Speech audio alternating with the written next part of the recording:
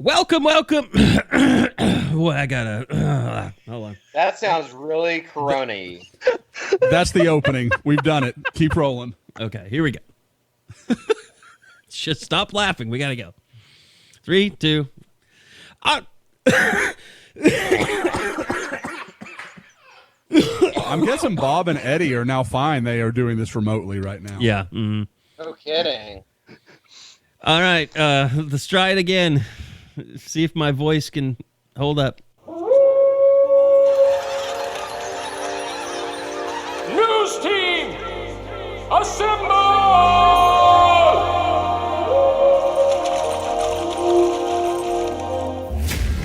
It's back and bigger than ever. It's the unofficial 40 from Soonerscoop.com. Now, here's the entire Sooner Scoop crew. Carrie, Josh, Eddie, and Bob. All right, welcome back. It is the unofficial 40 podcast from Soonerscoop.com, brought to you by MidFirstBank.com. Go check them out at midfirst.com/U40, where we welcome in the entire crew as we are practicing social distancing here at Soonerscoop.com. Josh is always practicing social distancing from us, but Eddie and Bob are now hunkered down where they're in shelter at place. I think Bob is always sheltered in place because of the kid. Right, Bob? I mean, do you really ever go anywhere besides to cover OU sports? Last 2 weeks, I haven't gone anywhere except maybe a drive-through. I've definitely been social distancing like crazy during these last couple weeks. Eddie probably doing his best to spread the coronavirus to as many people as possible. I don't have it. It's not like the AIDS. I don't have the coronavirus. So you do have the AIDS. This is different, though, guys. I don't think that... Have we ever had a podcast where we're all four in different spots? No, it's a first. No, it is strange. This whole thing's been strange. Even going in and doing radio in the morning, just like the commute in, there are no cars. I mean, there are cars, but it's very strange. Is it like I know you're not a TV watcher, but is there like a zombie apocalypse feel when you get out of your house in the morning? I mean, it is like real early when I'm going in because there literally is nobody out. Even the people that you usually see, like I stop at a gas station going in every morning and get a coffee, and the people that I normally have run into, I have not seen. So I don't know if they have the Rona or if they're just practicing social distancing as well. But as soon as I get done, I go straight home. And I have basically, believe it or not, I've started cooking. Whoa! You're a baker now. That's what you are. I'm a chef, is what I am, Bob. I've tickled my culinary fancy. Now, do you have books like celebrity chef books that you've got recipes from, or Betty Crocker, we're Julia Child? Bill making, chicken breast. I made a breakfast sandwich before we started this morning. Really kind of figuring out the egg situation. So I'm real good. I wish we were all on video conferencing right now so that Eddie could have seen, I'm guaranteeing, all three of our faces. Like mine was like, I definitely had a holy shit on my face when Eddie said he started cooking. You had shit on your face? Yes. You eat shit for breakfast? It would have been. Honestly, this is probably the first time, and I swear to God, I bet 10 years that I've eaten 3 nights in a row at home. Yeah, you are a social butterfly. Is it been difficult, not going to the bar? I mean, no, not really. You don't have a problem drinking alone, though, is evidenced by the fact that every time we go on the road, you have to find a convenience store to sneak to go get a 6-pack. Well, that's like on a Friday and Saturday. I don't drink during the week because I got to get up so early. So it's been weird. I mean, it definitely was weird last week. I did go over to a buddy's house and watched Tiger King.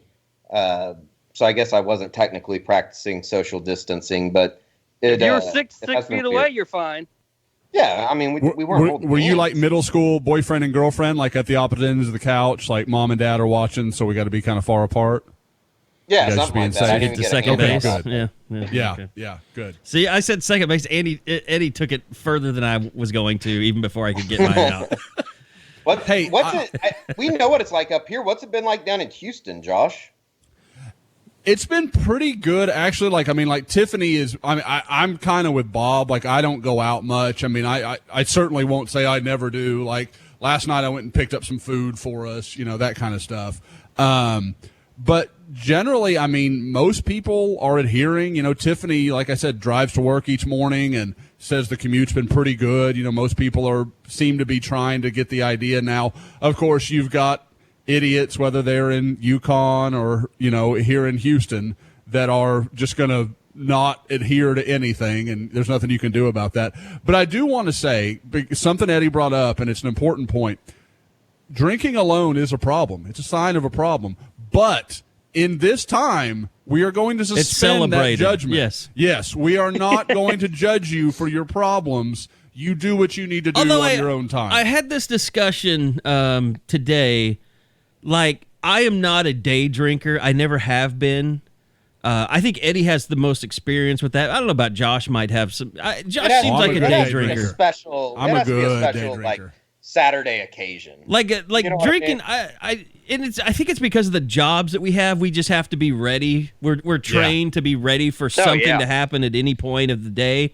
So it's like you don't want to get the call, emergency press conference, Bob Stoops is retiring, and you have to sober up. Like that could have been a reality if I was a big day drinker, because I drank 3 pots of coffee before I got here. So like, and also I hate, because if I go to bed like after I drink a few, like I just fall asleep. That's like my switch, and it's been kind of a problem. I've kind of stopped drinking for the most part, and then this thing happens.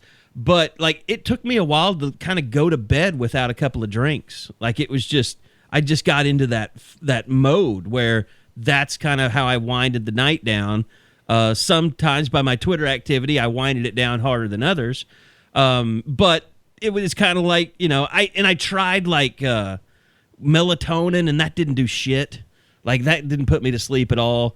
But like, day drinking to me, I get tired, I fall asleep, and the worst thing is waking up after you've been day drinking and it's still daylight, and that feeling that you have, it's just awful. I hate it. You're talking it's about like you're in Vegas, but you're not. Gary. No, I'm not. I'm not saying passing it. Like, not talking about getting blacked out or anything. I'm just saying, when I start drinking, it only takes a few hours for me to fall asleep, because that's just that's what I do.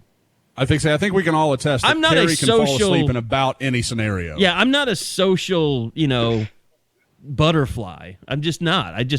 I'm not used to going out and, drinking for long periods of time. And I mean, I can do it. I'll do it if a buddy comes into town or something and we go out, and I enjoy it, but that's not what I do all the time.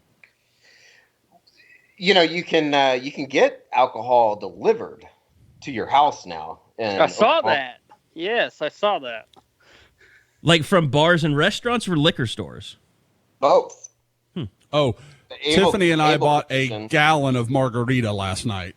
A gallon. You have no idea how much margarita that is.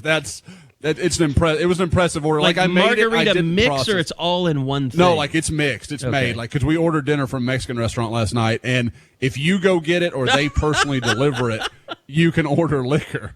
And I was like, Tiffany needed a margarita. This whole thing, she's under some strain. So like, sure, I can only we'll get the margarita. So let me ask you, like, okay, your wife, from what I know, your wife is involved mainly in like surgical situations. Am I wrong about that? Correct. So has she kind of pivoted to doing other things, or because we haven't reached that point of the curve yet, is she going to be, like, that's a legit concern for me, like, not for me, but for you guys. Like, is it going to become a thing where she starts spending more of her time helping, with patients that might, be sick with the coronavirus?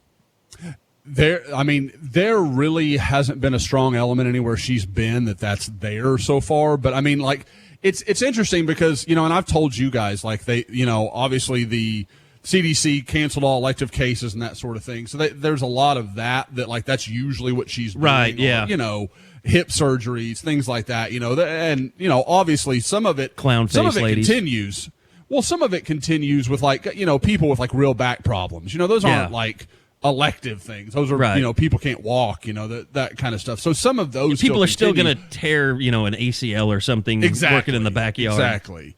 So there's still some of that, but there's no question there is a kind of all hands on deck feel for everybody. I mean, and they, to her company's credit, they're taking a lot of precautions. They're having a lot of various, conference calls, setting up protocols, that kind of stuff that, I never would have thought of. And they're already, like, okay, we're going to do this if it gets to this point, it's very forward thinking. And I've been I hope all the healthcare systems are taking the same level of, just communicating with their people. Like, this is what we're going to do. This is how we're going to lay this out. Like, just, they have, I don't want to get too much in the detail and put Tiffany in any kind of awkward situation, but like, just, they are really doing what they can to limit the possibility of this carrying over to other patients or healthcare workers or anything like that. Yeah, it's a scary deal. And, I'll tell you, I didn't realize, like, you see all this stuff on the news, and it's hard to realize, like, how real it is. But I guarantee you go to one of those drive-through facilities where they shove the swab up your nose into your brain and stuff, and everybody's wearing protective gear. Like, I haven't done that, but I did have to go buy a mic cable yesterday. And, Amazon shipping has gotten so far out. There's no 2-day shipping anymore. So, like, if I would have ordered it off of Amazon, which I would have just normally gotten it in 2 days, but it was like, it wouldn't have been till the end of the week till I could have gotten the cable I needed. So they had it at Guitar Center, and I went there. This is before the shelter-in-place thing is in effect, which is in effect now. It wasn't yesterday. So I went in to get the cable. There was a guy, like a bouncer, standing outside the door, and he asked me if I knew what I needed. And I said, yes, I need a mic cable. It's 1/4 inch in male XLR. And I said, and that's all I need. And he's like, okay, well, let me see if there's a sales assistant available. And he popped his head in the door, and he popped back out. He's like, okay, there is someone that can help you. Because they were limiting the amount of people that could go in the store, too. You could only get like 4 or 5 people in the store at one time.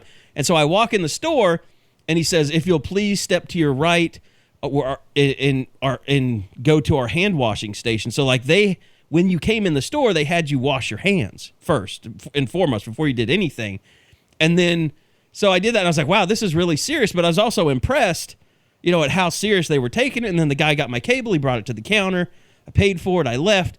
But it was like the first time it really hit me like, wow, this is a really serious deal. Like, I should not have done this. Like, I shouldn't have come in, for just a mic cable, because this is a really serious deal. Just walking, we're improving driving morale. around downtown is insane right now. It's literally a ghost town down here. Except for a handful of idiots, I'm sure. Yeah, I mean, there's still places open, but I'm kind of interested to see what it's going to be like tomorrow when the, I guess, quote unquote, shelter in place or whatever starts in Oklahoma County. But see, is it really that different? Right? Is it? I mean, other than if you're, you want to go to the movie theaters or go bowling or, by the way, Kevin Stitt, how many massage parlors are you going to, dude? He wants you to know for sure that those are closed. Of all the things that you could have come up with as non-essential examples, you came up with massage parlors and tattoo parlors. Have we checked Robert Kraft's plane records? Like, he might be coming Holy to Oklahoma. shit. I didn't realize this was this big of a thing. Like, dude, bowling alley, theater, electronics store. There's so many non-essential things that are the top of my mind before massage parlor. The whorehouses will have to shut down. And by the way, I'm a little confused on if salons are open, but barbershops are not. Is that? I don't understand that part. I think they're all closed now. Yeah, they're all closed. I don't know about you guys, but I'm getting real close to being in need of a cut. I thought about doing it last week, and I was like, no, I'll wait. We'll be cool. But I'm like, it's going to be a month before I can get my hair cut. Yeah, my next appointment was... Might as well just have to shave it. My next appointment was April 9th, so I'm good. But Eddie never gets his hair cut, so he's fine. Went Saturday afternoon. I was the only person there. It was beautiful. I'm set. I did I'm hear. growing a mullet right now. I heard about this. You going Joe Exotic on everybody? No, I was started this before Tiger King. I'm not trying to look like Joe Exotic. I'm trying to back away from as far of that as possible. Did you Little see? sun in, baby, and you'll be there, Eddie. I've said this before. Yeah. We have different lifestyles, I would say. I'd need to get that out in the open first. I've said this before. My day is a success as long as I don't get so bored that I go to Facebook. But now it's kind of become a game because I haven't seen anything that's pissed me off in the last couple of days, even though I know it's there. I know there's someone with a celebrity Trump, collusion conspiracy that's out there. It's just ridiculous. Or Oprah sex trading or whatever, sex trafficking. But I did see a fantastic thing, which was someone put celebrities' faces on Joe Exotic, which was great. It was like Barack Obama. I saw the one with Bob. And Jennifer Aniston and Donald Trump, and it was glorious. I saw the one with Tiger and Bob Stoops' face on it. Oh, really? I didn't see those. Yeah. That's pretty good. No, but and here's the thing about it, and we can talk about all this that's going on in the sports world. I don't think we'll see a spring game. But it's hard. It's hard to make any guesses or predictions on this stuff because we don't know. First off, we don't even know where we are as a state because there aren't enough tests available. And until there's enough testing, I think, to give us a real look at where we are as a country and as far as this pandemic is concerned, I just don't think we can even begin to look at, okay, we're a month out, we're 2 months out, we're 3 months out. Sure. Guys, I'm officially, I don't know about worried, but I'm officially putting myself on notice to not overreact when something drastic happens with the football season. Is that too much? I'm trying not to think about it. I don't want to go there. I really do. I mean, Eddie. That is catastrophic. I mean, not just for fans, but for us. Yeah, no, I completely agree. I mean, you want to know when are we in trouble? We're in trouble when there's no football season this year. Sure. Not to have a the McCuistions will be eating ramen and water for a while there. God, Carrie will be apartment living again. Well, it's funny that, and it seems like the football coaches have acknowledged that. I mean, I thought when Orgeron did it was kind of goofy, but now every coach is doing it because I think they're all starting to feel that same concern that if we don't put this out there, our fans might not really realize how close we are to this not even happening.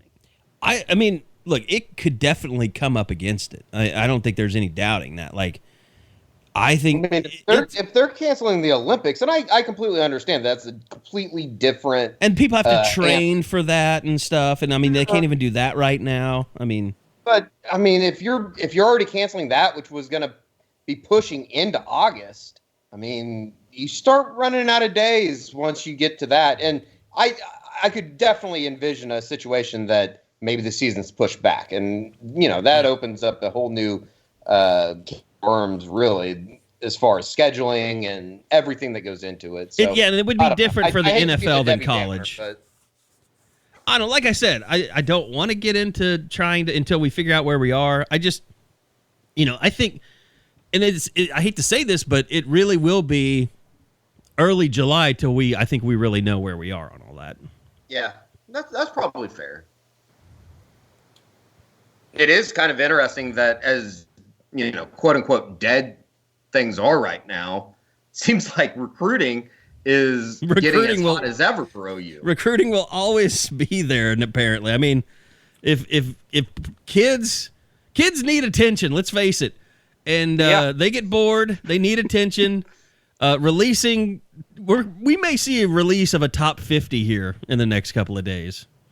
Yeah, because it's going both ways, and I'm sure Josh can talk more about this, about all the offers that OU is giving, but then all these lists that are coming out, too. It's the only constant right now, and you can tell that some of these kids are realizing, maybe I'm not going to visit all these schools that I wanted to, so I'll just put this list out now, and then OU's doing the same. Like, I want to see this kid in the spring. That's not going to happen.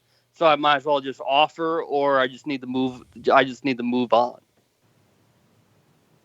I think that's absolutely what you're seeing happen here. I mean, and guys, you also have to remember the coaches are usually spending this time juggling spring practices and meetings and all the other stuff that goes into the normal function of a football program and recruiting. Now they can just spend all day, every day recruiting. And then, I mean, I'm sure they're staying in contact with their players, make sure you're getting your workouts in, your runs in, whatever it may be that they need to be focused on right now.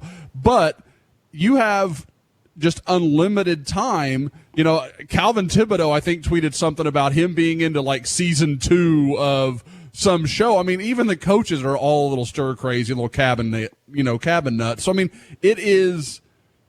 there's time to do all this. And like you said, Bob, last week I thought about doing that, the kind of story I've been doing kind of off and on for the last few months, where we just kind of go through all the new offers, kind of handicap OU's chances, what they are as players, all that stuff. Well, there was like 4 players, well, that's kind of pointless. But since they've come back off their breaks, it's just, I mean, I'm going to have another 25 offer story to write by the time I get done with this thing. They have been very busy, and it's interesting to me where you're seeing so much of this. I mean, there's a lot of Florida, a lot of Georgia, North Carolina has become a very active area for Oklahoma all of a sudden. And I don't know what's caused that. I'm trying to think of who's on the staff. It'd be rough taking people on river trips.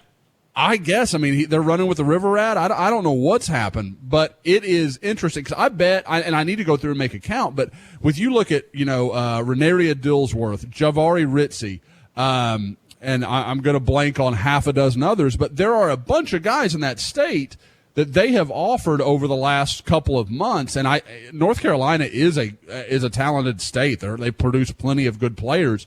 But it's just interesting to me how much focus it seems to be getting from Oklahoma. And I think a lot of it is exactly what Bob said. We are going to have to throw our hat in the ring, and then we'll kind of walk it back if we need to. What is a lot for 2022 and 2023 as well. It's been, I think people want to see the 2021 names, but OU's so far ahead of the curve because you have to be. And it's amazing that you see a 2023 offer now and you don't even blink because, that's how the game is played. What are you guys seeing out of Jamar Cain and DeMarco Murray westward, kind of westward ho? Is that becoming a bigger thing? I thought right before all this started to happen, you started to see a lot more action from DeMarco Murray. I mean, they made 3 or 4 offers in the Las Vegas area to the Branch brothers, to the Javonte Barnes kid. That's I believe there's 2 teammates, and one's 2022 and one's 23. And I think Barnes is the 23 running back. But I could be flipping the teammates. It's like I said, we're still learning all these names, but I did see a lot of action from him. From Jamar Cain, it's been a little bit slower here lately. Now, I will say you're starting to see him. I thought a lot of his early offers were out west. We've talked a lot about the Rollins Kabonge kid from Portland. We've talked about some California guys they went in on. But I'm seeing him stretch out more. Like, again, he made an offer, I believe it was in Alabama a couple of days ago. I mean, so you're seeing him starting to – and I don't know if it's something he was going to get around to anyway at Arizona State, or that he's starting to realize that wearing the Oklahoma jersey or having that on his Twitter page, he can reach out to guys that maybe he wasn't going to get in with at Arizona State. And so you're starting to see, them kind of flex their muscles and go after some guys nationally that maybe he wouldn't have been in on, in Tempe. And, Eddie, it's interesting. In a former life when you flew out to Orlando for rivals camps, when that was still a thing, you talked to Mario Williams, and it was like when he talked to you and us, it was so, pro OU, and it seemed like, he was a guy that really was interested in OU. And then when he would talk to the SEC guys, he would basically just mention the SEC schools. And I think he kind of came away with that from, with a little bit of a mixed reaction. Like, okay, is he just saying what he thinks we want to hear, or is OU really involved here? And you kind of, to yourself, you're like, how could they not be more involved than they seem to be? And now it's interesting because even Rivals National people just wrote an article this week about that OU is really kind of made a lot of strides. Which I think when you went and saw him, Eddie, he was just kind of on the verge of starting to like Oklahoma.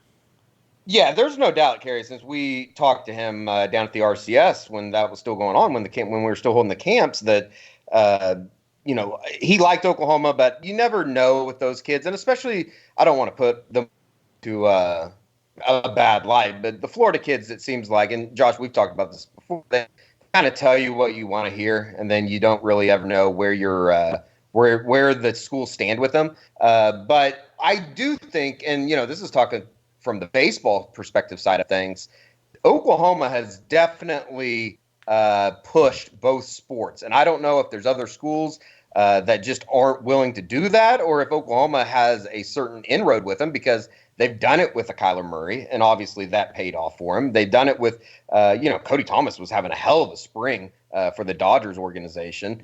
And then obviously with what Skip is building as far as a program down there, it's kind of interesting to see what they're offering. And then obviously with the football side of things, I think that any wide receiver, it's kind of the cliche that any wide receiver right now, I'm sure would want to be a part of what Oklahoma is doing offensively, and particularly a guy, who we've talked about before, in Caleb Williams, who, I asked Mario when we talked to him a couple weeks ago if they have a relationship, and it seemed like, I don't think that they're best friends or anything, but they know who each other are, and how much recruiting is going on behind closed doors. So it definitely seems like Oklahoma's in a better spot with Mario Williams. And I think it was Rob Cassidy that wrote the article this week saying that Oklahoma's basically the leader for him. And it's kind of interesting, guys, to look at the national landscape and see that Oklahoma's in a seemingly really good position for all three of the big-time national prospects in that 2021 class, as far as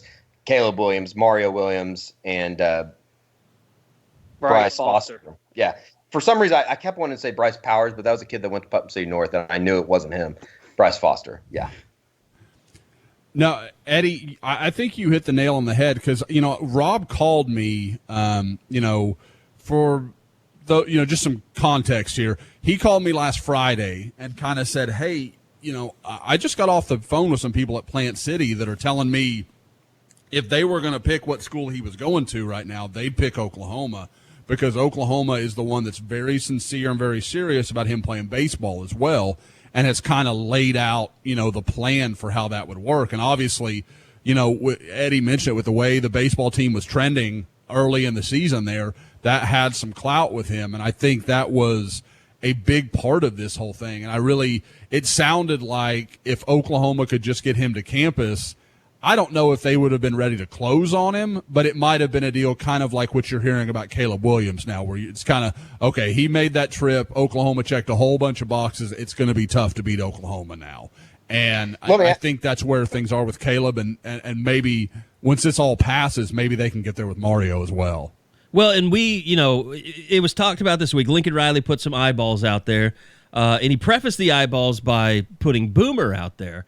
It was retweeted by Caleb Williams, and I think we can openly talk about this, because we truly, I don't know, unless Josh knows and he hasn't told us, we truly don't know who the eyeballs are for at this point. Like, there's one set of eyeballs we think we know who they're for, so we really, we don't want to talk about that. But like with Caleb Williams, like Bob and I were talking about this, just kind of piecing things together, what he's tweeted and retweeted and stuff like that. Like, I think there's a chance that those eyeballs were for Caleb Williams, even though he just released a top 5, 2 days after that. Yeah, I gave you guys my theory about that, is that it's sort of weird, because obviously the Sooners have to build their 2021 class, but Caleb Williams is busy building his own brand with that first-person journal that he's been doing for Sports Illustrated. And I'm not saying Sports Illustrated is telling them not to, but I think once he commits, I'm not sure how much interest there's going to be in that type of deal. So the longer he goes without saying anything, the more exposure he's going to get.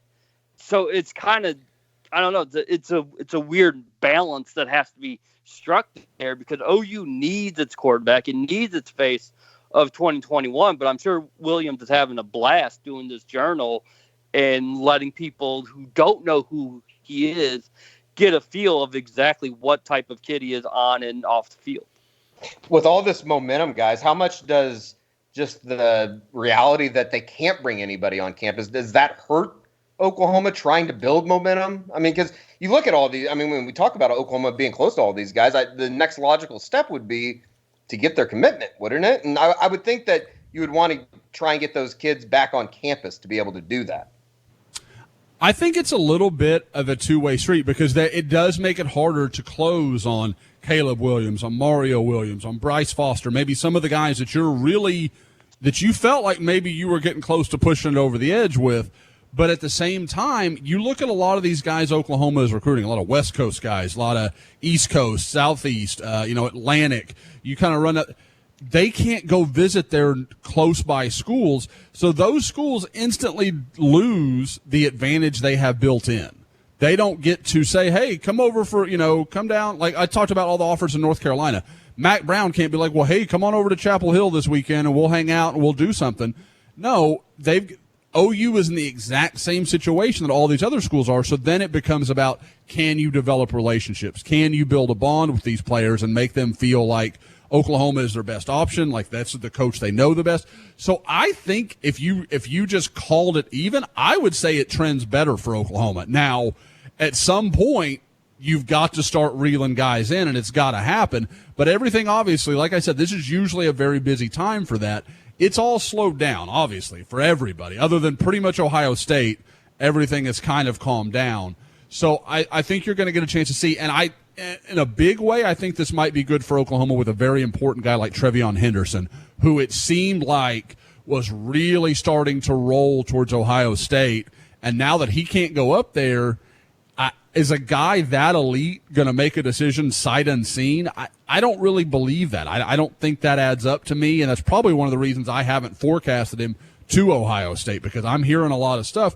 But if he can kind of come down on that, and Oklahoma and Lincoln Riley and DeMarco Murray can kind of, just tap the brakes, just wait a little bit, then maybe things can start to move back in Oklahoma's direction.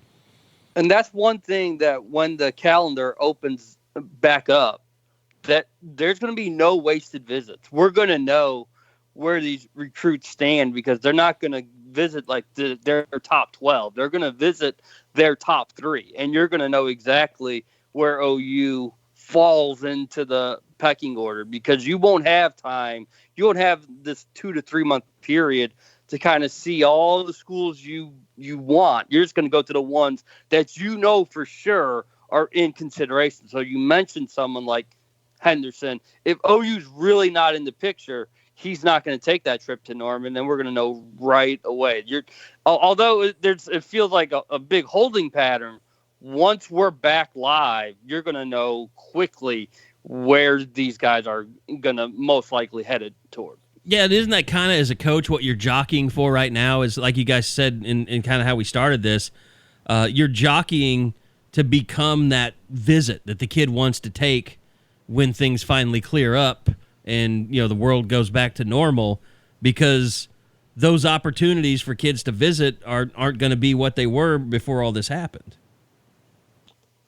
Oh, I think that's exactly right. I mean, and like I said, I think it's going to be a rush. I mean, you're going to see kids because they've lived in a world so long when, this is all going to come to me, and they're going to realize pretty fast this, because it's the same for schools. You're going to see, like Bob talked about wasted trips. OU's not going to bring that guy in that they're like, we like him, but we don't know if we're going to take him right now. The guys they're going to bring in those first few visit weekends that are available, those are takes. I mean, those are guys they want, and they're not going to waste any time on. And, the Trevion Hendersons, the Caleb Williams, the Bryce Fosters, the Mario Williams. I mean, the cream of the crop guys are the good guys they're going to want to get in first, because you just don't know. You want to get those guys on campus because we don't know where this whole thing goes. Like, maybe, you can't just assume, once the world's normal, everything's going to go back and it's going to permanently stay that way. If you got an opening, get those guys on campus because it might shut down again. You just don't know. So I think you're going to see a lot of urgency both from recruits and from coaches. I'm curious with Kendall Daniels. is he becoming the biggest Oklahoma prospect in the last 10 years? Do you mean until next year? I mean, Gentry Williams is the best prospect in the state, and it's not really that close right now. Yeah. But I just mean with the interest and the offers, I mean, it's a little bit different than Josh Proctor, and a little bit, even though they had the big, and a little bit different than Dax Hill. You think Dax Hill? Okay, all right. I just feel like there's more big name. I mean, like when Clemson comes in, you know, it's that just to me says next level. Well, and there's two things to that Clemson offer that are really interesting. First, Clemson's one of those few, pretty much the only school at this point that doesn't offer 175 guys. Clemson's got like 60 offers out. They don't throw offers out like that. They just don't operate like that because A, they don't have to, and B, that's part of what they sell is our offers are premium. This isn't a, you know, oh, we kind of like you. Like if we offer you, we'd take you. Mm-hmm. And the second part of it is the Isaiah Simmons situation, because he is so comparable in his physical build and the way he plays and that kind of, is he a safety? Is he a linebacker? What do you do with him? That conversation is almost identical to what people were talking about with Isaiah Simmons when he was coming out of high school, that it gives him so much credibility. This isn't Clemson, you know, maybe they'll figure something out with him. Like, okay, we know what they're thinking. We know what they like. And it makes him just appear more attractive because, I mean, and Bob, you could back me up on this.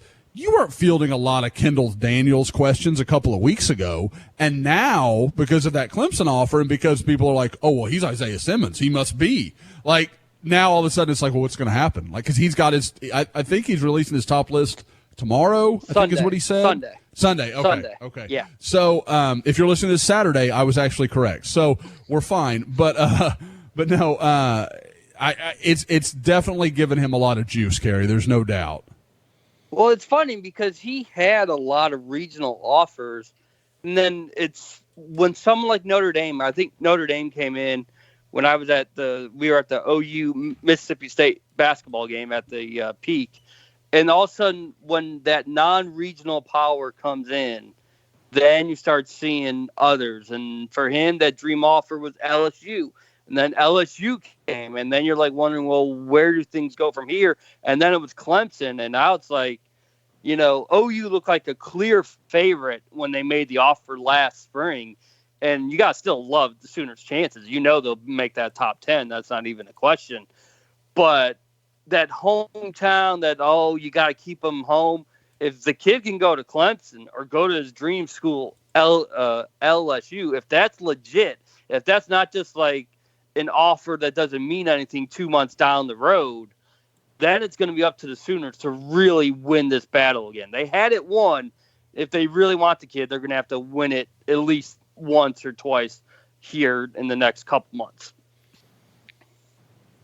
That's interesting. But yeah, I mean, it raises for a lot of people that don't follow. You know, we were out at his playoff game last year, and really good looking kid. But even we were watching him in his playoff game. You guys were. I was watching back here on video. It was like, you know, yeah, I could see why he's a Division I football player. I didn't really think, boy, he's going to have a tough time holding on to him when everybody comes in here. I think the question too with Daniels, and he's been kind of non-committal, which is fine, is where is his position? Where does he want to play? And can he accept if schools don't want him to play that spot?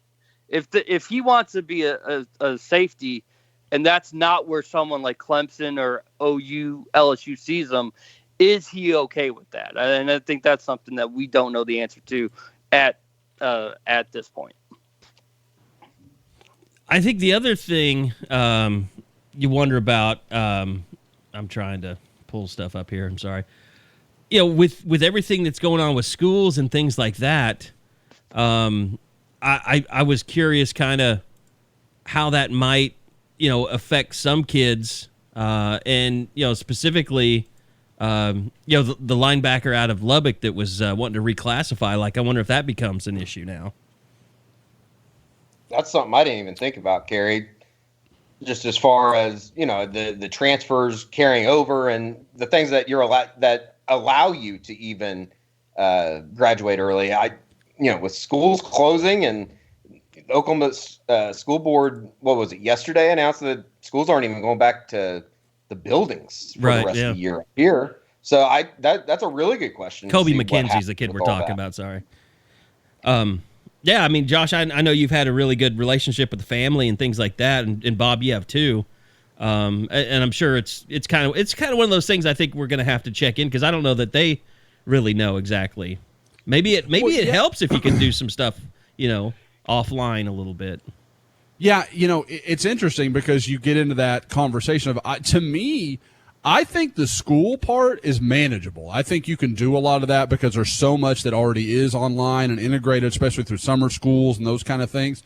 What's going to be interesting to me is how far along have the conversation gotten between like his counselors at high school at Lubbock Cooper and those at Oklahoma, so they could know, okay, this is what you're going to have. These are the credits you will have to have accumulated, go down that road, because I don't think the University of Oklahoma counselors are still sitting there on campus fielding these questions. Yeah, I'm guessing it's all shut down, so they have to come back and do this. So is that possible to be done by June when summer classes would start and Kobe could start playing some of the catch-up and getting in some of the senior credits he'll need to graduate early? So that, to me, is where it gets really unique and kind of interesting, because I think it's the planning that's the bigger problem than actually the work and the day-to-day stuff that Kobe is going to have to do. Yet another one of those things that this stupid situation has put us in, where we really don't know and can't know and won't know until we have some idea of when this thing is gonna not just pass, but resolve itself. Yeah, and staying with that, with the linebacker, there's Colin Oliver talking about the top 8 that he's going to put out here pretty soon, and that was the guy that was so excited about going to Norman 2 weeks ago, when the day that everything got shut down for good. I mean, and that's how quickly things change. The Sooners can't be in his top 8. They just can't. He doesn't have the offer. He was getting looks, but he wasn't at that point yet. And you sort of wonder, does OU ever go back to him? Or is this one of those cases where, you just have to move on, because that time window you had where you could have taken a real hard evaluation of him has now passed. Anything else just interesting offer-wise that really stood out to you, Josh or Bob? Jordan Mukes. Go, Josh. Yeah. I mean, you have to start when a new offer happens in state. And I think, to me, I think that position, just the secondary in general, has been where the real questions lied. Like, where were these players going to come from? In Oklahoma, unlike some years where I would say that and there would be like 3 offers out, Oklahoma's been very active. I mean, they've been making plenty of offers or getting out and seeing kids. But, like you've got offers like the David Daniel kid from Georgia that committed to Georgia very early, the Kahari G kid, or Kane Williams from Louisiana that's already cut down to his 3 of like A&M, Bama, and LSU. So, I mean, some of it's just unavoidable. Oklahoma couldn't get in on those guys early enough to really make an impact. But with Jordan Mukes, I think the thing you see is a guy that just has a lot of potential. I mean, because this is a guy 6 months ago nobody was talking about, and I include myself in that. He was not a guy that I took that seriously. But as you watch his junior tape, guys, I haven't seen him in person yet. I mean, that was supposed to happen all this spring. I was going to see him 2 or 3 times, but he looks every bit of 6'3". I mean, he is a big, long, lanky guy.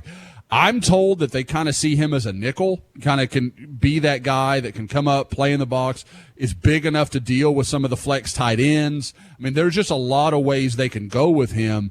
And I think this spring the plan was they wanted to watch him run track. They wanted to see him do track, see where his speed was, see how that went. But like we talked about earlier, there's coming a point where you're just going to have to accept that's probably not going to happen. You're not going to get that opportunity. So now you're going to have to figure your way through it. And I think with Oklahoma, they recognize that this is a really talented guy in state, probably don't want to let him get away if you can avoid it. And again, it wasn't like there were a bunch of options nationally that were better, that were just clamoring for Oklahoma's attention. So I think they had to kind of make some choices there. But again, I like this guy. I think this is a good evaluation. I think it makes a lot of sense. I think because he grew up such a big Oklahoma fan, and I as soon as that offer went down, I forecasted him to OU. So, I mean, I think Oklahoma is going to be very, very, very tough to beat in this recruitment. But they had to make sure this is a guy you want, because when, like we talk about all the time, when you make an in-state offer, the chances you're going to get that kid are very, very good. So you have to know that's a guy you're going to want, and that sounds like the decision they've made. I'm getting the feeling that over the next 2, 3, even probably so on years, that we're going to be spending a lot of time in Choctaw America. It seems like that, and Josh, you've been talking about it for a while, but it seems like they really have something being put together out there as far as a program goes. They have 2 freshmen that I would say at worst are coin flips to get Oklahoma offers, and one of them is a quarterback, a kid named Steele Wassel. I don't know that we've talked a lot about him on the pod, actually, and I don't know that I've mentioned him on the board a lot because, again, he was supposed to be at the Dallas Rivals camp, and I was going to see him in person and really kind of get my feel for him. But this is a guy that has a world of potential, and then they have a kind of tight end, DN kid that's already got just an impressive frame. Jake Corbin and those guys at Choctaw, they've got some guys coming. I mean, and it's not just OU level guys. I mean, they've got some dudes that are going to be Tulsa, North Texas, Kansas State, Kansas. I mean, it wouldn't shock me if you looked at it 4 years from now and there are 5 or 6 Division I signees on this Choctaw roster. By the way, other interesting recruiting nuggets. It appears that Creed Humphrey is getting involved in the Bryce Foster wooing, which I think is good news for Oklahoma. It makes a ton of sense because, I mean, where was Creed Humphrey committed before he picked Oklahoma? When he flipped from A&M. Was he committed to A&M? Yep. Yeah. He got the Alabama offer. I did enjoy the Keith Jackson. Keith Jackson was here. I hate to. That was a good one, Kerry. I don't want to rain on it. Marking this for deletion because I don't want to look like an idiot. I did not see memory on the Rona symptom list. That's interesting. It might be worse. Yeah, that was. I got confused. Yeah. I'm old. I'm confused. Where am I? Oh no! There is unfortunately there is Alzheimer's that runs in my family. Same. I've told Tiffany. I'm like, when I forget something, I'm like, it's just early onset. It's fine. We're all going to be okay here. But no. The for those that missed it, last night. Wait. Let me reset this after since I'm erasing this all. So, Josh, interesting news this week about Creed Humphrey wooing Bryce Foster. Your thoughts? Yeah. So, I made a lot of it when he came up right before all this started. For the first spring practice, he was up there with his dad, and I thought that was a big deal. And Mike Farrell, beloved by the entirety of the Crimson Corner, tweeted something last night about, kind of getting a feeling Bryce Foster is trending to the Sooners. And he DMs me and is like, hey, Lincoln Riley liked that. And I kind of looked at it and I was like, he sure did. And so I tweet something out about, hey, Sooners, you might want to look at who's on the like list of this tweet. And, everybody sees it and it kind of blows up. Well, then you watch Bryce Foster ends up liking that. His mom ends up liking it. He tweets out a boomer, and then after that, Creed Humphrey gets involved and basically is like, this is the best place to be, best O-line coach, all the NFL guys, you can come be the next All-Pro, all that kind of stuff. And I think the reaction from all 4 of us is like, oh, that's going to get deleted. Well, then this morning, Lincoln Riley retweets it, so you're like, well, they're just doubling down on this. But I again, A&M, if you made me pick, I'd still pick A&M, but it's creeping closer to like 51-49. Like I think Oklahoma is very, very real in this recruitment. And 2 months ago, it felt like, oh, he likes the tradition. He likes that they have a lot of offensive linemen. They'll get an official visit, and he'll sign with A&M. Right now, I don't think it's a lot better than a coin flip. I think it's real close, and he has a lot of connection to A&M, but he's made 3 trips to Oklahoma this spring. I mean, he's been up a lot, Yeah. or I guess since the season ended. He's been up a lot. There's a lot of familiarity there, and I really think Oklahoma is making a very concerted effort. And, I mean, you talk about a guy that fits Bill Bedenbaugh perfectly, it's Bryce Foster. Can you imagine if my son left and your son came in? It'd be awesome. Oh, Bryce. But I'm going to roll into it. I mean, yeah. I mean, he's going to go. I'm going to tell everybody right now, he's going to be there 3 years. Get your time out of him, and then we're getting him to the league, okay? Daddy needs a new pair of shoes. And look, So, kids don't always listen to their fathers. Creed has that didn't been your listen to me. experience with Creed? I wanted the money, but I know you mistake. did. It's a damn girl. Oh, it always is. Chris Robinson, sup? Oh my God.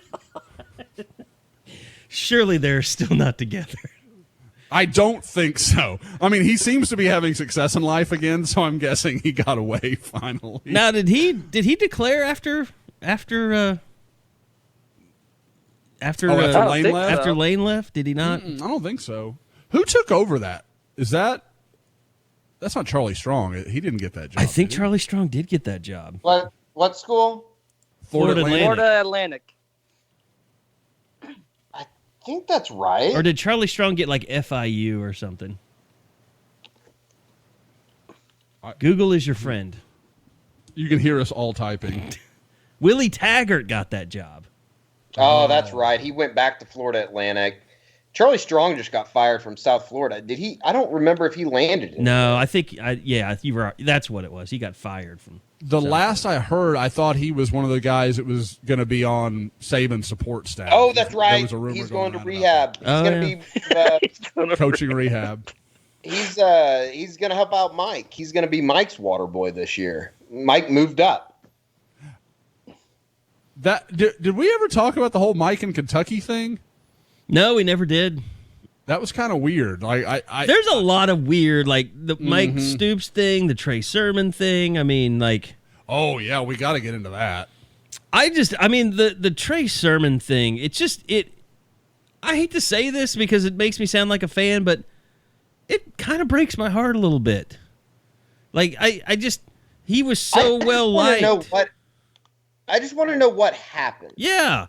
How did you let? It's almost like Lincoln. How did you let this happen? How did it get there to where this happened? We talked the first day of spring at the press conference. Lincoln just mentioned that Trey's out for spring, which we all knew, but nothing of it. Like, he was just one of the random guys that was gonna have to miss spring because he was still recovering. And then you see him at Pro Day a couple days later, and that Wednesday. You don't think anything of it, and it just was like, wow. I mean, it felt like it was from the crazies when the rumor came out there, and then it turned out to be true. Well, look, I went back and just to remind myself of what his season was like last year. And let's face it, Trey Sermon's best year was, his first year when, Rodney Anderson was healthy, and he would come in as a change of pace back. And, everybody was a little worn down, and he was big and physical and ran through people. And you're like, man, that's an impressive back. And then when he became the starter, he was just never that guy. Like, I remember, what was it, the Iowa State game when he got hurt and Marcellus Sutton had to come in and he'd leap that guy, and it looked like he got his knee shredded and then he came back or whatever. Like, there were so many games like that where you're just like, waiting for him to take over and become that guy that, had 200 yards a game. And last year, the most carries he had 11 in a game. And I think the most carries was 91. And it was just that, because remember, Bob and Eddie, we asked so many questions of Lincoln, like, how do you get him more carries? And Lincoln really had no answer because you couldn't get him more carries because Jalen Hurts was keeping the football all the time. Yeah. And I think that I don't know about resentment, but I think that some of Trey Sermon's problems with Oklahoma started with kind of just the baseline of not getting the ball last year and then slowly getting phased out of the offense, whether it be by Kennedy Brooks getting more carries or by just getting hurt. Jay Boulware not playing him, yeah, whatever you want to call it. And then the injury happened, and it seems like there was definitely some unhappiness on his side. But with the Boulware departure, that's where you kind of thought, I think everything's going to be okay. And then obviously it wasn't. Everybody I talked to on it seemed baffling because it was just we don't know why there's carryover from some of this Boulware stuff. Because clearly that was a part of it. Like there was some sore feelings about how that all played out. And when I would talk to people there, it was just like, we don't understand it. And from everything I knew of Trey when I covered him, and like Kerry, you talking about it, how well liked he was, like it didn't fit. And that's why you were like, this doesn't make it, like he'll be fine now that Murray's there, everything will get straightened out. Yeah. But I mean, guys, and I can't speak for any of you, but I'm sure you did. I had someone tell me about this rumor, like going back almost to the Peach Bowl, like that this, and not just like, oh, that he's going to leave, that he's going to go to Ohio State. How does that happen? Yeah, like, I find that whole thing very vexing. Oh, you mean the tampering possibilities there? Yeah, because how did he know Ohio State would take him? And I can't ignore the connection between, because the only connection I can come up with, and maybe it's just because it's the most obvious one, is Justin Fields is a Georgia guy. Trey Sermon is a Georgia guy. Justin Fields has that big quarterback trainer that I know has a lot of admiration for Ryan Day. He's talked about it publicly. Now, and I'm not saying he did this. I'm just saying that's the only line I can draw. And I just find that interesting. Because, I mean, stuff like this, it doesn't happen on the front page. Like, it happens through back channel communication like that. And that's the only line I can draw that makes any sense to me. And not to mention, Josh, the first person that commented once that news was out there publicly that Trey Sermon was going to Columbus, none other than Justin Fields. Really? I didn't know that, but that did not know makes that. all the sense. Uh-huh. Yeah. Which, I get it. Obviously, you look at Ohio State's depth chart, and Trey Sermon's going to slide in there. He's going to be probably running back 1A, isn't he? Yep. Yeah, they needed someone. How much do you guys feel like there has been an overreaction to what that means, though? Like, I think Trey Sermon's a good player, but the idea that Trey Sermon is going to be the difference in a national title for Ohio State, I can't get there. He's not. I mean, but he is a good running back. I mean, I think the thing, with Trey Sermon, he was much better when he had, I don't know how good Ohio State's offensive line is going to be next year, how much they've lost from this year, because they were pretty damn good. I don't know how many of those. They were very good. I know they lost the kid that transferred in from Rutgers, the guy that OU recruited, really, Jonah Jackson, something like that. But what I'm saying, my point is, the way that he is at times, I've been critical of him being too patient as a runner, trying to Le'Veon Bell it up a little bit. Like, he needs a good offensive line. The way that he runs, he is not a guy that just finds a crease like an Adrian Peterson and just squirts through it. He was a little more shifty, though, wasn't he, Bob? Yeah. At the beginning, remember he lost weight. Talked about? Yeah, at the beginning of the year, he had reinvented his body. He would look so much better than he had in his entire career going into last year, and that's why his disappearance was so strange. And it wasn't based on production, because you look at his numbers, they were just fine. But now without him, you need everyone to stay healthy, because we all sort of agree or assume Ramondre Stevenson is out for those first 5 games.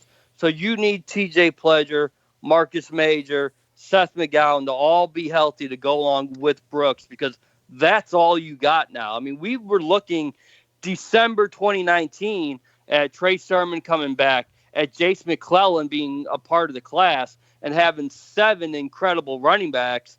Now you're down to 5 and kind of down to 4 for half the season for a team that's lost at least 2 running backs to season-ending injuries the last 2 years. So depth could become an issue really quickly if anyone goes down during that first month. Yeah, and I mean, I hate to say it, but it pins a lot of hopes on Seth McGowan to be productive early. Or Marcus Major, Yeah, right? Yeah, exactly. Well, and yeah, that's a guy. So I was talking to somebody yesterday about some of this, and it wasn't a secret to me because I think we'd talked about it before as a staff. I'd been told that they just loved Marcus Major, like what he was doing in practice, and because Trey Sermon and Kennedy Brooks don't practice a lot, so TJ Pledger had that hand thing, so for a while. Before Marcus Major had that shoulder surgery, one of the reasons he had to have the surgery because he was carrying the load in practice. And, I even saw, I don't want to give anything away or get anybody in trouble, but I saw some practice clips and, of him just running right through the defense. He's definitely the forgotten guy in this whole thing. I think he could be a big-time contributor for OU next year if there's a season. That's why when you look at the spring being canceled and them not being able to go through a spring football practice or a spring football game, I guess it's probably the practice is obviously more important than the game, but I would think a guy like Marcus Major, that really hurts. Just the sheer amount of reps that you get during the spring, getting him acclimated and getting him back, kind of getting his feet back underneath him, even though it was a shoulder injury. I would think that those are like him. There's a lot of those young guys. Woody Washington's another one that comes to mind that, they're going to be depended on next year for this Oklahoma team, and not having a spring, losing that opportunity to be out on the field really has to hurt those guys. And particularly if you have a situation with Ramondre Stevenson that, he's suspended for the first 5 games next year, along with the rest of the Peach Bowl crew. Yeah, and that was something I told you guys last night, and I'll need to put this on the board before I put the pot up. But yeah, I am kind of hearing that the hope is fading on any chance of an appeal, and it's now almost expected that Bridges and Stevenson and Ronnie Perkins are all going to miss 5 games next year. Yeah, well, and I would think they were. I guess my feeling on that was either one of two things. It was either Riley's kind of BSing this and they really just don't have a chance. He just doesn't want to put it out there officially because he's kind of weird like that. Or the other side of it is they were hoping for some kind of sweeping NCAA legislation, kind of like the NFL did, where you basically have laxer rules on the use of marijuana, which maybe it was headed in that direction. But now that we're in the climate that we are, that's probably put on the back burner for the NCAA. They have bigger fish to fry. By the way, Bob, I think Bob, I'm planning here. I think Bob wants to do a story on kind of who's been hurt most by the spring, not having it or probably not having it. And that's an interesting angle. I would say someone else that really hurts is Stacey Wilkins not having a spring.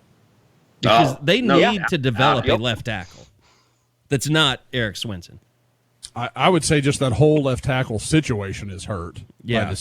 Because they needed – because whether it was him or getting Eric Swinson, back in their work. He wasn't fully healthy. Yeah, that's another thing.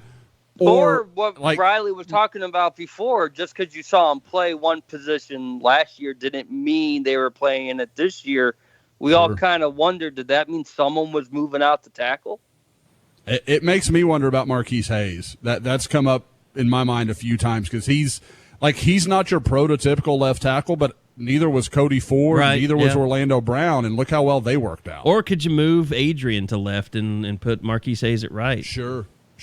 I mean, they've got some options, but I think there's no question that I think we all pretty much agree that Eric Swinson's probably not the right answer, but we'll see. I mean, like I said, the injury is worth noting, but I think if Oklahoma is going to be a playoff contender, that kind of thing, I think they're going to need something better than that at left tackle. And I think if you worry about not being in the program right now, like you worry about some of those offensive linemen and defensive linemen being in shape too. I mean, Bray Walker was a guy that you saw was getting some special attention from Benny Wiley through his Instagram, and you kind of heard some things that he wasn't in the greatest of shape throughout the offseason. How does he stay in shape? how some of those other young guys that are in the program. We've heard about Marcus Alexander potentially being a guy that could really step up, and maybe that's maybe Marcus Alexander's a guy that can move Marquise Hayes out there if they feel that good about him. And then Jordan Kelly, on the defensive line, the little spring access we had, we did get to talk to Alex Grinch, and he was, I know Bob, you wrote about this. Yeah, I mean, you were trying to do the Jordan Kelly could be a hero for this defense, and he was like, well, No. he was like, well, did you see him make any plays last year? I didn't see him make any plays last year. So, I mean, all those guys, and I think Ronnie Perkins will be good for when he comes back, but LaRon Stokes, I mean, that's a guy you gotta hope stay. And I think being a JUCO guy, he'll stay, committed and mature and work out. But Jalen Redmond, I mean, look at him and his body; it's gone up and down since he's been here. LaRon Stokes is one of those guys that is probably just going to be pissed off all summer, because the last time that his name was in the news was Alex Grinch basically throwing him under the bus to have a better spring. He did. Jordan Kelly and LaRon Stokes are the two guys that he just hammered. Leave a bad taste in their mouth going into the summer. Guys, it's going to be interesting just to see how this whole, I guess, in a way, the spring is coordinated, because honestly, I don't know. I don't know the answer to this. I would assume that nobody's coming back to Norman right now. Everybody's at home. How long are they staying there? Can OU get a summer together? If they can't, are these guys just working out by themselves? Can Spencer Rattler get with Theo gyms are Wees, closed. and do 7-on-7 and Charleston Rambo? Or, I think you mean 5-on-5, Kerry.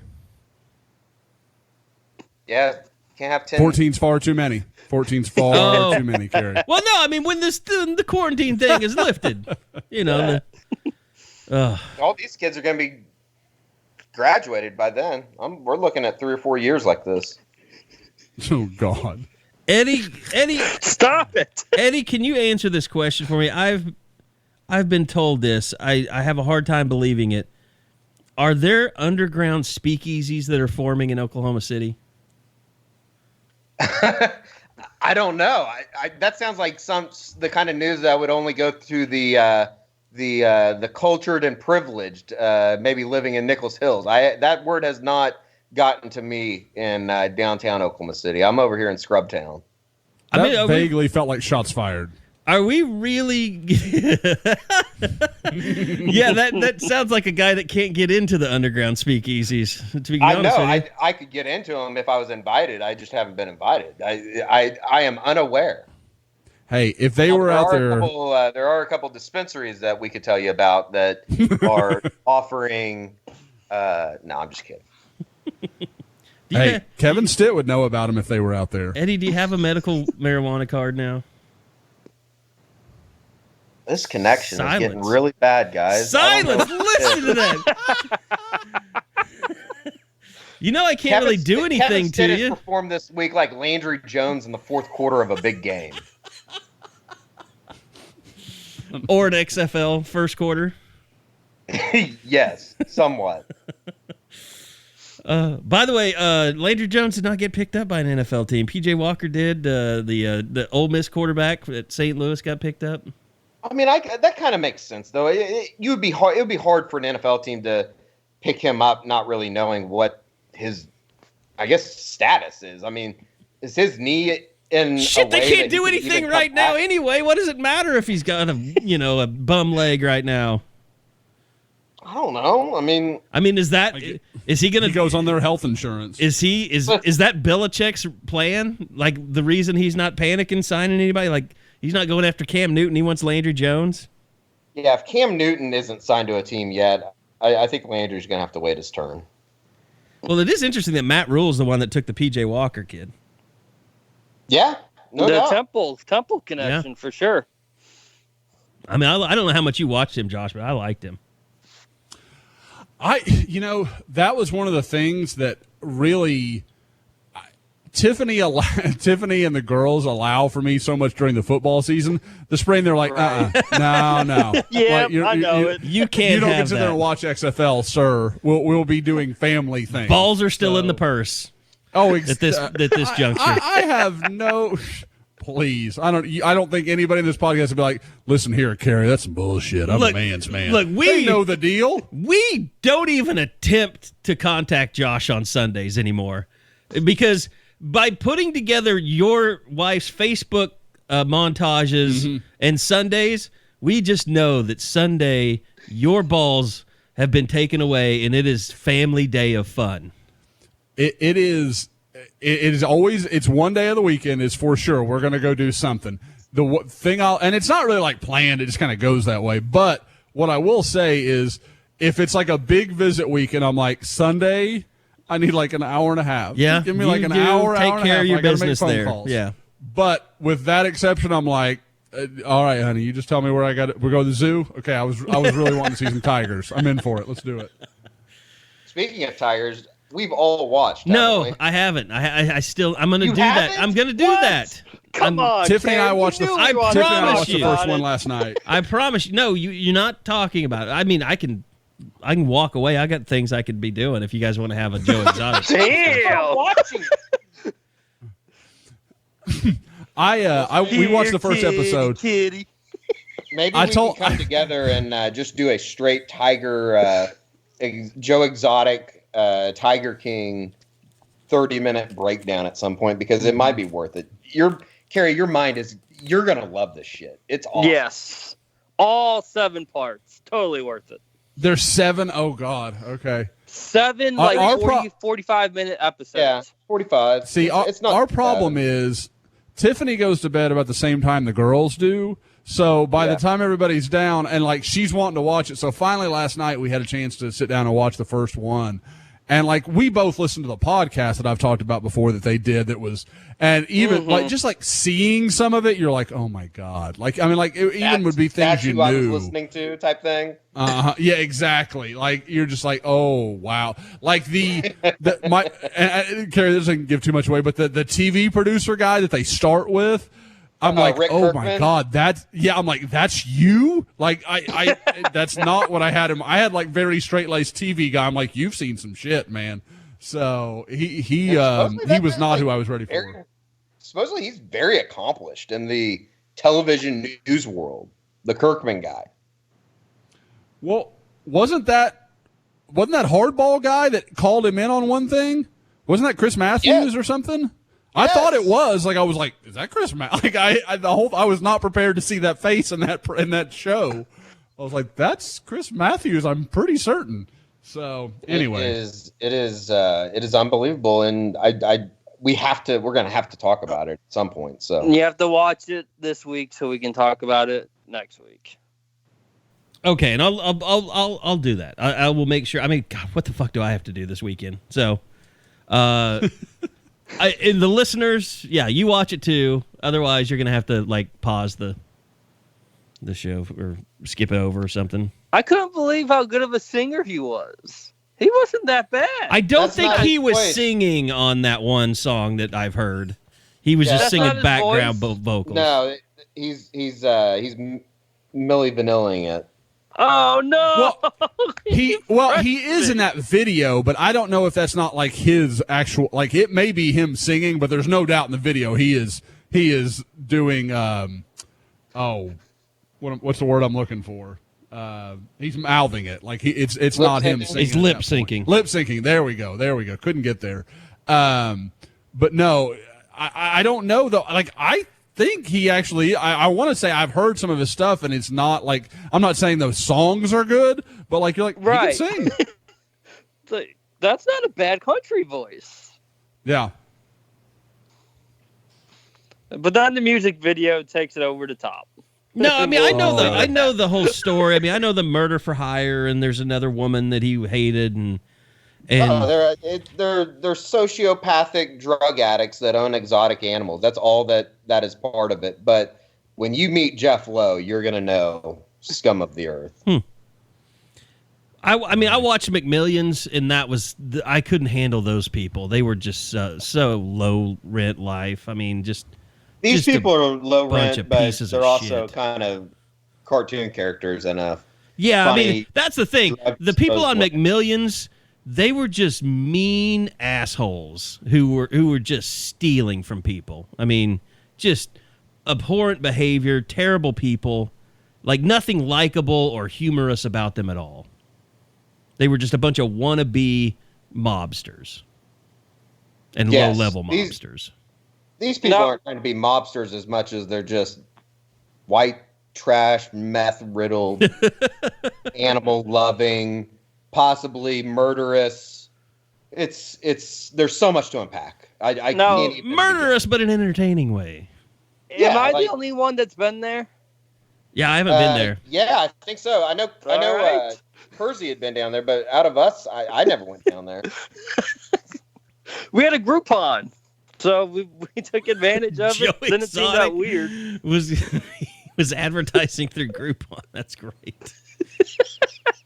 That's true. I mean, I think we all knew about him because of, he was a favorite of the Lost Ogle, and they always, wrote about him, and he was just always in the news somehow. So, well, that's the moment for me when you realize how we all become part of our regional news world.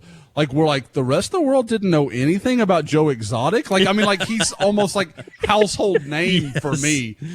And people are don't realize what's wrong with people in Oklahoma? Is what? It's Joe Exotic.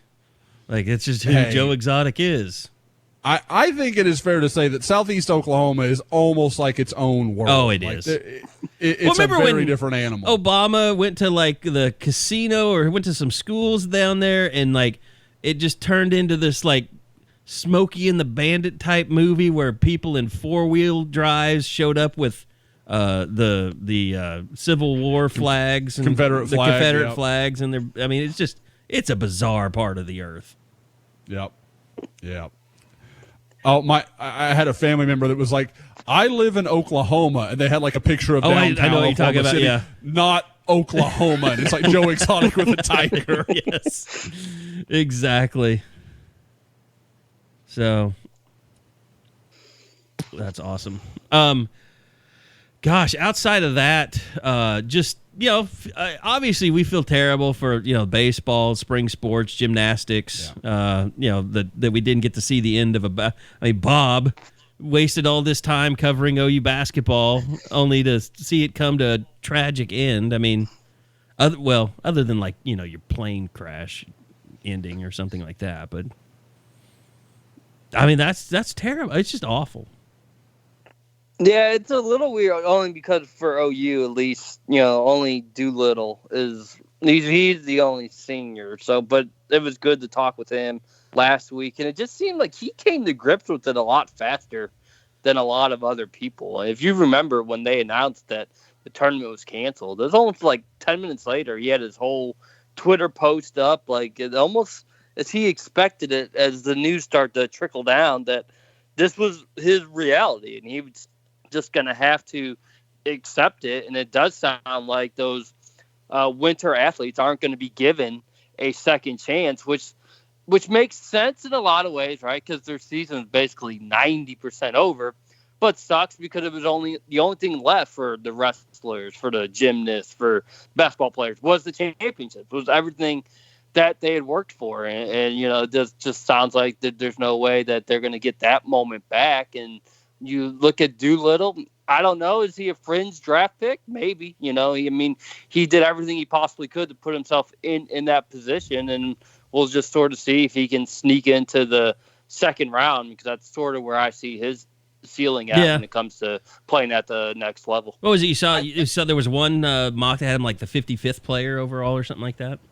Yeah, I think it was the Athletics mock draft that had him sliding into the second round, which, I found that a little surprising, but if he could slide into the second round of the NBA draft and get drafted by a team, that'd be awesome for him. I think, worst case scenario, and I never weigh in on basketball, but you'd think he's the kind of guy that could go and have a really long and good career in Europe if he wanted to. Absolutely. There's no doubt about that, Josh. Yeah. And outside of that, I mean, just the spring game, Joe Castiglione has already, at least said it's not going to be April 18th, and they haven't canceled. And I think that's because I think these coaches know just how much this means to their recruiting calendar, that if they can some way, somehow save it, they want to do that. like I said to start the show, I don't even want to go there, but you're almost now questioning. You're not really, but there's a piece of you that's like, I wonder if the regular season's in jeopardy. I mean, I'm mentally preparing myself. That's what you said. Yeah. I'm doing that more for my own welfare, because I know when it happens, devastating is not even going to be. That's going to be putting it lightly. Eddie, what the hell would you do if you weren't working in sports? Oh, I have no idea. I'd probably I don't know. I'd probably maybe run for governor or do something in politics here in Oklahoma. Well, you do like a massage parlor. I'm going to put that out today that I've investigated massage parlors in Oklahoma. I was going to say, we know about Tom Herman. Yep. I think we're going to redistribute that one today. Didn't you investigate prostitution in Norman in college too? Yeah, I have done that. My roommate dressed up as a stripper. It was actually pretty good. About a 9-minute video. Well, you could reach out to your buddy LJ. Yeah, I'm still running. I'm running from him and Jeff Lowe right now. If I go missing, one of those two have killed me. Oh my God. Or the deep state. Well, maybe Kevin Stitt too. Again, there's people that have had bad weeks. Him and Jim Imhoff have not. They haven't been great. Non-political. That's not political. By the way, I did hear a really good idea. Like we were talking about haircut appointments. Like if you are close with your person who cuts your hair, like you should Venmo them like every 4 weeks or something. Like what they would get paid. I don't have a. I go to. I usually just holler at a knockout, so I don't really have like a. You don't have a person? Well, no, he doesn't. I mean, you can't. He never gets his hair cut. You and Tyler Palmatier, although Tyler dates a beautician or a makeup lady or something. Yeah, but she lives in Nashville. That's why he never gets his hair cut. Well, yeah, I mean, she has a cool ass job. My mullet's coming in though. I'm going to tell you right now. Next time you see me, it's probably going to be shaped up. I mean, we can get out. I've got the clippers here. We could Floby you up. You don't even know what a Floby is. I actually talked about that this morning and had to look it up. So yeah, I do. That's funny that you say that. Huh, interesting. So anyway, yeah, is there anything else on you guys' mind that you want to throw out there? The crazy thing is with kind of the climate of everything where we're at right now is I don't think anybody knows anything about when we can get back to sports. It's like we're all on the same team in a way for the first time in a long, long time. Yeah. It's a bizarro world. I mean, it really is. And I don't even think that the coaches really know. You ask Lincoln Riley what the plan is. I don't think he could tell you right now. Yeah, and I don't think we'll have any conference calls because there's just so much unknown. There'd be no point to be talking to Joe C. or Lincoln again. You just have to wait for something to go down to then you can actually start making your next move. And we are not even close to being at that point. Yeah, I mean, we're still where cases go up every day. I mean, and we're going to be there for a little while. Yeah. So. Cases in New York yesterday. I mean, you heard Stitt say yesterday, even though the confirmed in the low hundreds, he believes it's at least 500 to 1,000 as the more testing is getting done. Yeah, I mean, close to being done here. Like I said, my whole thing on this is get the freaking testing done. Get it to where we can test people, get the drive-through stuff going, because this stuff is not fun. It's not good. I mean, people need to know. I mean, it's stressful. Like, it's been stressful for me not knowing if I had it or, it was just a flu. Like, it's been over 14 days now since it started, I guess, for me. And it was just awful. Yeah. It was just awful. I mean, not having being sick, but not knowing if you could make other people sick. That's the worst part about it. So, I mean, until we are able to test and figure out exactly how many people have this, how much it's spread, and then we got to get to a point where cases are not doubling every day, or deaths are not doubling. Like, it's just, we're not there yet, so we don't know. And I'm not trying to be a COVID-19 expert. I think like everybody, I'm consumed by it. I ingest everything. Maybe that's how you caught it. Jackass. Oh, that was pretty funny. All right. I think we're done for this week. We'll be back again next week. Sounds good. I'm sure there will be, more offers out, things for us to continue to discuss without football. I think Eddie and I have both learned, and I knew this going into this week, like, radio is going to be fun because there's no sports, and you're not having to stay up and watch games that you really wouldn't be staying up and watching otherwise. So, like, I don't know about you, Eddie, but I just go in and screw around every morning. So instead of giving lame-ass sports take every morning, I feel like my personality's coming out in a way. I don't know. I guess that's kind of a weird thing to say. No, but that's good. I feel like you've always held it away from people. Fun. It's definitely been fun. So, yeah, I mean, so next week we'll have a pod. We'll come up with stuff to talk about. Tiger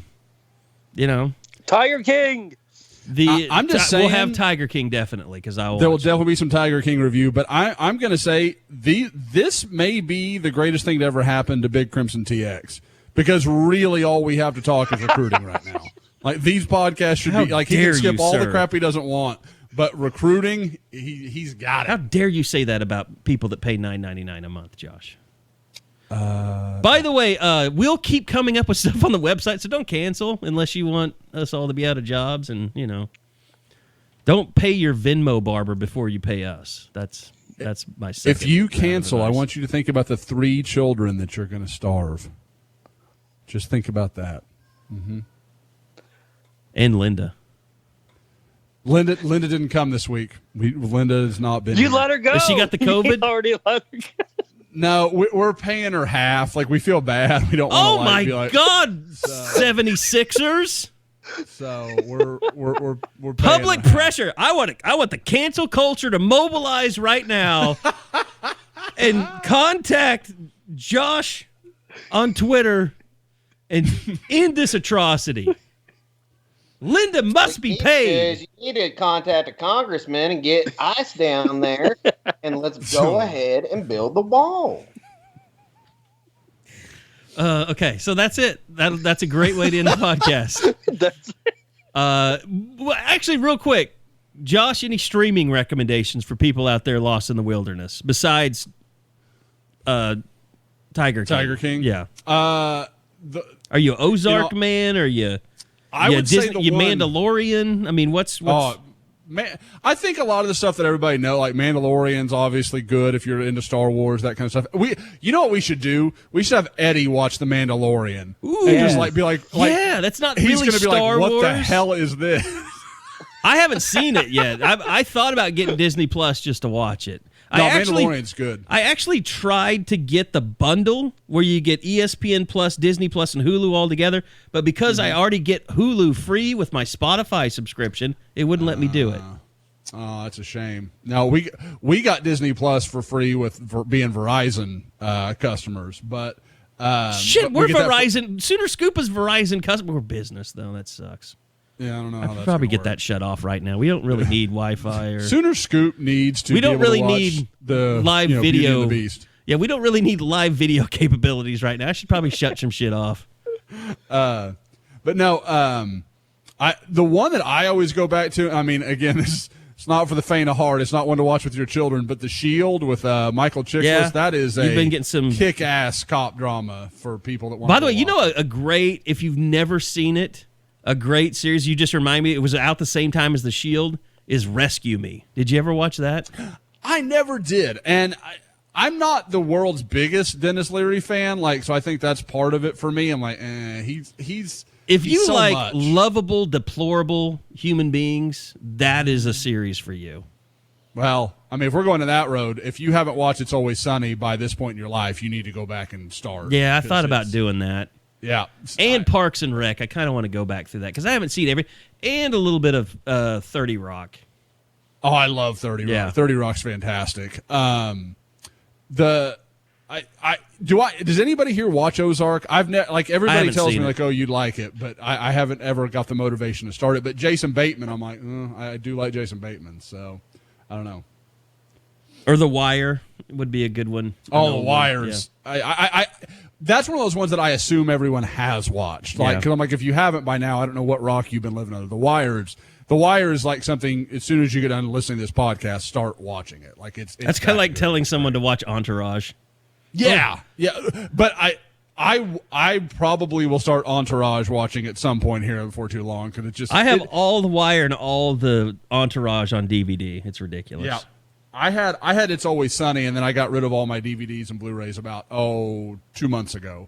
So, but I mean, everything I could really watch, you have access to because I've got Hulu, Netflix, all the streaming stuff. So, the one thing I'm most proud about Josh when I went to his house is he has the Mac Daddy of Mac Daddy DVD Blu-ray players. Like, it's so nice that like the companies realize we don't need to make shit this nice anymore. We just need to make cheap shit because it's all, 1280 or whatever.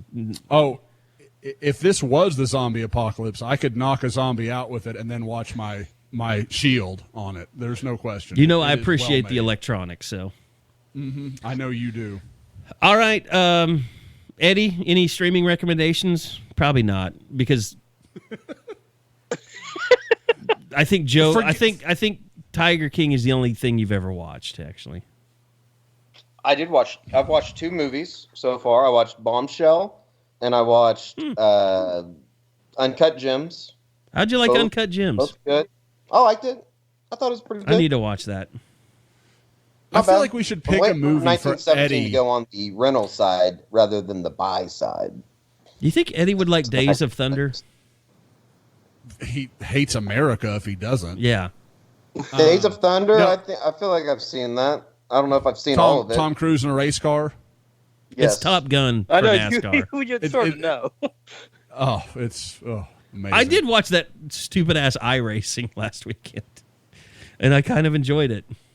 I turned it on and I halfway thought that it was real racing. Like, yeah, it looks the way really that good. They're able to do that is fascinating.